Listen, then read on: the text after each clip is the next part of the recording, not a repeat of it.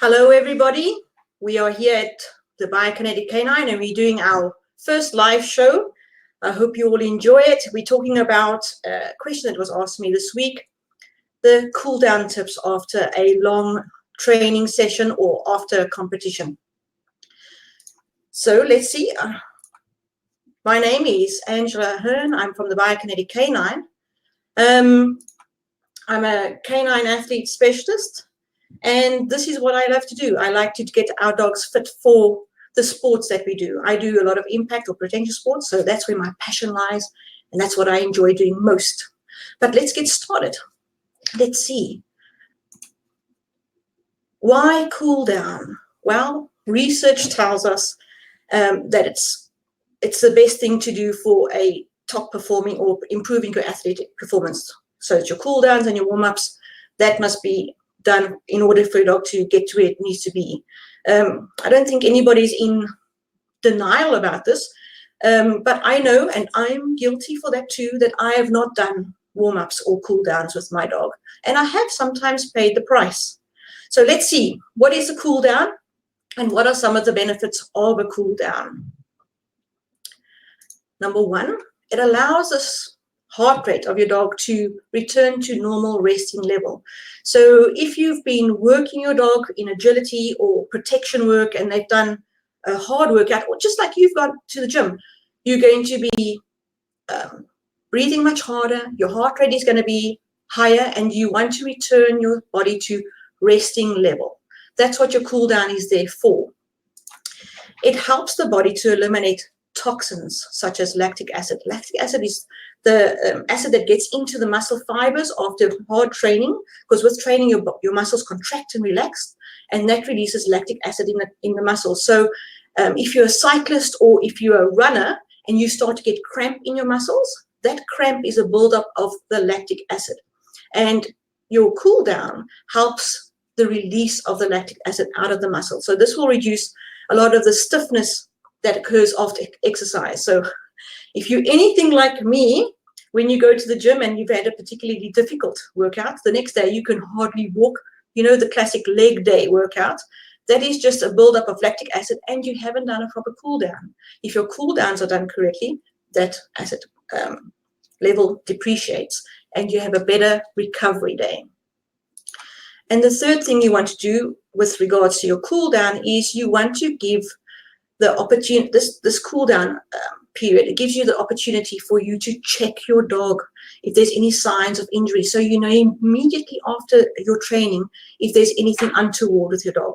If there is, you've got the benefit of getting them to the vet earlier rather than later, because immediately after your training, if there's any muscle soreness or muscle spasm, when it comes to your cool down, you'll be able to find those injuries earlier. What does your cool down activities, what should they all include? It's not a very big thing. Your cool down is not you're just bringing your dog from high energy to a normal state. So how can you do that? Get them to trot or trot to walk or walk just for the first 5, 10 to 15 minutes. Your time duration depends on how tired your dog is. The fitter your dog, the quicker the recovery. And you just want to get them to normal panting or normal breathing level. So trot to walk if they've been very active. So they've been running or biting the cushion or doing agility full out. You want to bring them off the training field and you want to just trot them and then slowly start to walk them for 5 to 15 minutes, like I said, depending on their energy levels. And I've also been asked, well, what about tugs and balls during a cool down? Can't we just throw the ball and let them calm down? You've just trained. And when you're using a tug, you're engaging all of those big muscles again. And you want those muscles to actually relax, because after a big workout, the muscle fibers have contracted and released and contracted and released. Now, if you're going to continue with the tug, the contractions continue to happen. Whereas if you're just going to be walking your dog or trotting your dog, those muscle fibers start to relax and they start to get back into the same place where they were originally before you started your exercise routine. This is also then your cool down is a wonderful opportunity to massage and stretch your major muscle groups. Any stretches you want to hold for 3 to 15 seconds, not longer than that. There's a lot of stretching considerations that you need to look at, which I'll go through with you now, but that massage and stretching, this is where you can pick up your injuries, and you, after all the exercises and the muscle fibers have contracted, that stretching out of the muscles helps with the release of the lactic acid and gets those fibers to lie nice and smoothly again so that the dog isn't stiff for the next day. So your stretching considerations, what must you consider? Consider the major muscle groups. So it's not a very big exercise. Your cool down mustn't be a whole nother training routine. It's just quickly, you're looking at your big muscle groups, like you're going to stretch the shoulders, the quads, the hammies or hamstrings, and the wrists, because those are the big areas that have been worked. You are also going to be, if you are going to be actively stretching your dog legs and you know what you are doing, please, this is not for somebody that doesn't know what they're doing. For you to stretch an arm out yourself, you must remember, if you're doing it wrong, it's difficult for your dog to say, oh, no, not like that, it's sore. So you must know what you're doing. So a safe bet is stretch always forward and straight back, but never stretch to the side. Avoid lateral stretching of any of the legs of the dog. When it comes to stretching, also, if you're going to be stretching the dog's leg, support their joints. So if you're going to take their legs, support their elbow. If you're going to stretch it forward, support their knee. If you're going to stretch their leg, don't let the joints flail and so that they can move to the side. You want to have a nice straight line. Of course, there are easier stretches that you can do instead of you stretching your dog's legs on your own. These things are such as cookie stretches. So what is a cookie stretch? I just love the name of the stretch. Basically, it's to get your dog, you can use a piece of food, not too much food because you've just trained now, so a small piece of banana, and you're just luring the head of the dog to turn to touch the hip. So they get a nice lateral stretch all along the back on either side. So here, the dog is stretching themselves. So they're engaging those muscles to stretch around on both sides. And you can do the cookie stretches to the hip or to the shoulder. So they get a tighter stretch on each side. You can also use the same luring principle with the food for head and neck stretches. So you must remember, for a lot of the heel work in their protection work, or even in agility, the head and neck has been working very hard to help them turn and direct. And a lot of times they're jumping, especially if it's a new session, they're jumping, looking at you. So there's a lot of pull on the neck muscles. So again, here with your head and neck stretches, you're going to get the dog to look up, to look down between his front legs towards his chest. And this way you're going to stretch the back muscles of the neck, and then also side to side. That also with your obedience dogs, although looking up towards the right, they get too much stretch here and too much contraction on this side. So it's always important to stretch the head and neck after, especially your obedience dogs. And then you can also do some play bows. So where you've stretched the head and neck forward, now your play bow is an opposite stretch for the back muscles. So you're going to be keeping the rear end up while they play bow down with the front legs. A nice, easy, simple stretch is if you've got a tailgate on your car, let the dog just come up on the front legs and stretch his back legs out. So here again, you are not stretching the back legs. They are stretching those back legs out themselves. Or if you don't mind your dog jumping up on you, encourage them to jump up on you and hold their front feet here. So you're stretching out the front legs and elbows and shoulders. And they're going to get a good stretch. And here again, you don't have the risk of overstretching the dog, because the dog is allowing his own body to get the reach and stretch that he requires. And again, when you got the dog on your chest or your body or your arm or on the tailgate on the car, just ask him to hold it. So it's not to stretch and jump into the car, but to stretch and hold. Because here, when they are on the car or on you, this is a really, really lovely opportunity for a massage. So what you want to do is you want to rub those big muscles down the legs and the backs, and you want to rub them and make nice circular motions.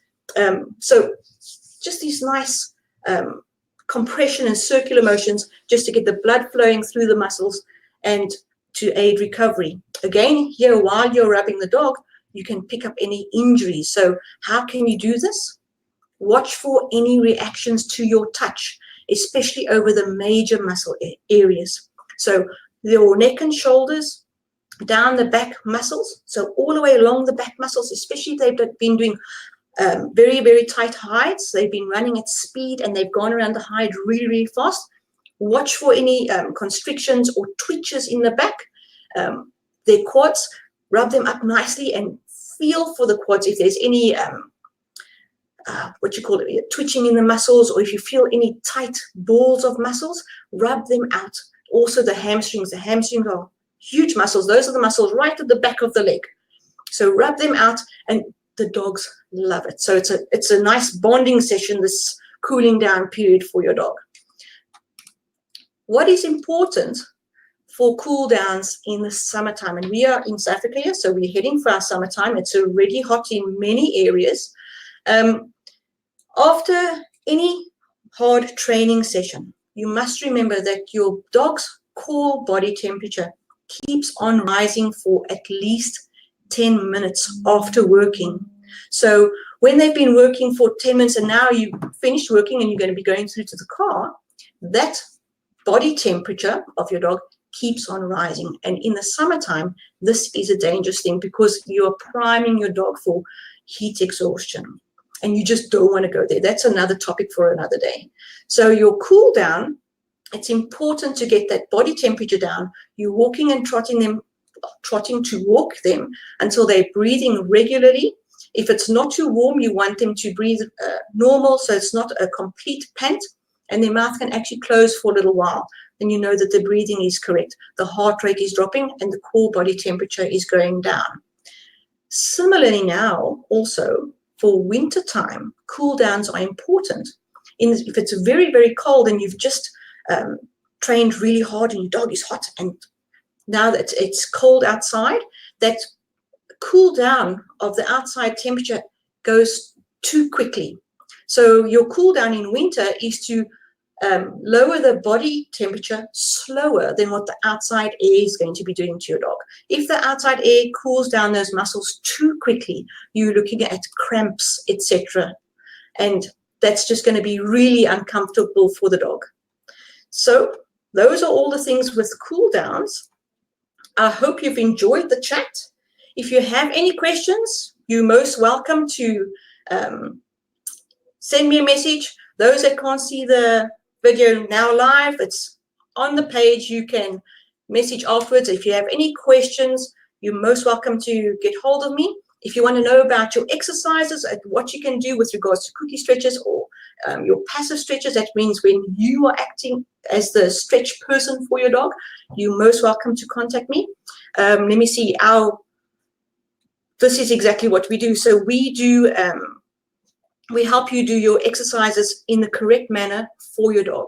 Biokinetic Canine is there to provide you with proper fitness and conditioning programs, and it's sport specific. So it's not a one program fits all dogs. That's impossible. All our dogs are built differently. All our dogs do different sports and they behave differently in the sport. Their bodies are constructed differently and they all have their own unique strengths and weaknesses, which we're going to either cash on or improve on in our sport. That's what we do for you. So we hold your hand, we show you the exact way of how to perform your exercises. If you have any questions with regards to our cool down, please visit our website. Let me put it here.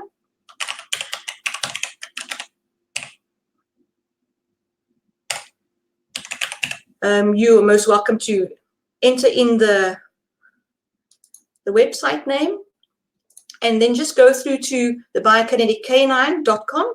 On there, you will see that we've got Dog Solutions blog articles. There's a host of information there that will help you with understanding cool downs and what is important for the sport dog. If you have any questions, send me a mail, or better still, book an appointment to discuss with me and we talk one-on-one. All right, so hope you've enjoyed the show. It's been really exciting for me. I'm learning all new software, etc., with my programs, and I hope it's been informative. That's the most important thing. So next time you go out with your dog, and I know sometimes it's difficult because after a long training session with your dog, you want to put them in, you want to watch the next person, you want to watch the next person, but take the time out. Just go for a small walk with your dog, 5-10 minutes. They will love it. They don't think that from the training field they're just going to the car. They're still spending a little bit of time with you, and then they get put to the car. So enjoy your dog, give them a hug, and enjoy your training. All right. Have a good evening. Cheers. Bye-bye.